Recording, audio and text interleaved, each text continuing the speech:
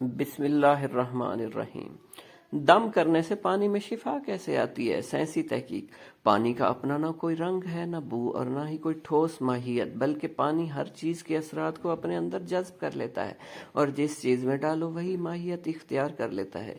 ایک جاپانی سائنسدان ماسورو نے پانی پر مختلف تجربے کیا جس کا احوال ان کی کتاب میں بیان کیا گیا ہے، جس کا اردو ترجمہ محمد علی سید نے اپنی کتاب پانی کے عجائبات میں بڑے دلچسپ انداز میں کیا ہے، جسے پڑھ کر ہمیشہ شکر اور ناشکری کے الفاظ کے حیران کن اثرات کا اندازہ ہوتا ہے۔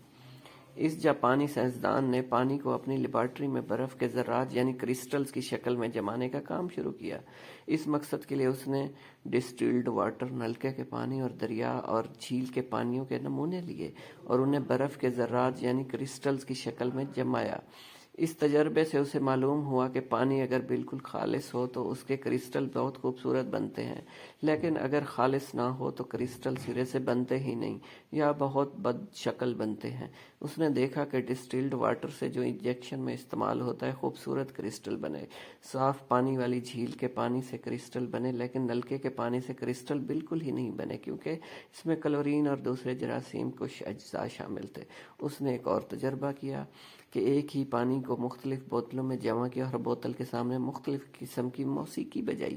موسیقی کی ہر قسم سے کرسٹل کی ایک نئی شکل بنتی گئی، مطلب پانی ہر موسیقی کا مختلف اثر لیتا گیا۔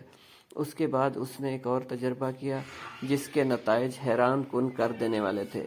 اس نے شیشے کی سفید بوتلوں میں مختلف اقسام کے پانی کے نمونے جمع کیے۔ ڈسٹلڈ واٹر والی بوتل پر اس نے لکھا یو فول اور نلکے کے پانی والی بوتل پر لکھا تھینک یو، یعنی خالص پانی کو حقارت آمیز جملے سے مخاطب کیا اور نلکے کے پانی کو شکر گزاری کے الفاظ سے، اور ان دو بوتلوں کو لیبارٹری میں مختلف مقامات پر رکھ دیا۔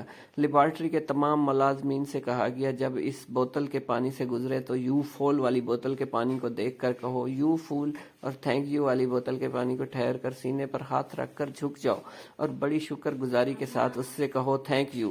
یہ عمل 25 دن جاری رہا۔ 25ویں دن ان دونوں بوتلوں کے پانی کو برف بنانے کے عمل سے گزارا گیا۔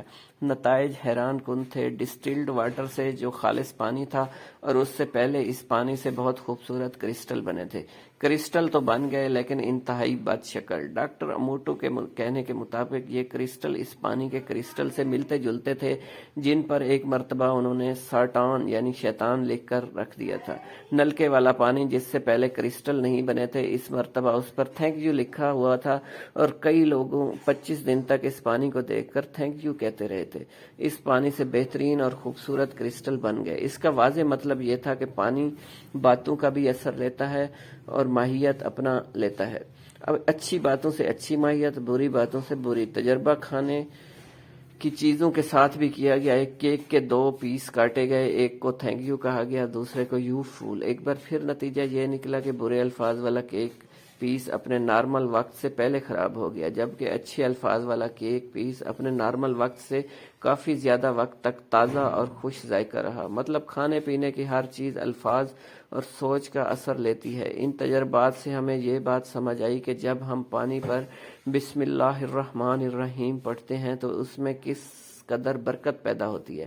کھانے پینے کی چیزوں پر سورہ فاتحہ یا کوئی بھی کلام پاک پڑھتے ہیں تو پانی کی ماہیت کس طرح تبدیل ہو کر پینے والے کو شفا دیتی ہے، جبکہ ہم روٹی کے ہر لقمے پر اللہ کا نام یا واجد پڑھ کر کھاتے ہیں تو وہ کس طرح ہمارے اندر نور پیدا کرتا ہے۔ سبحان اللہ۔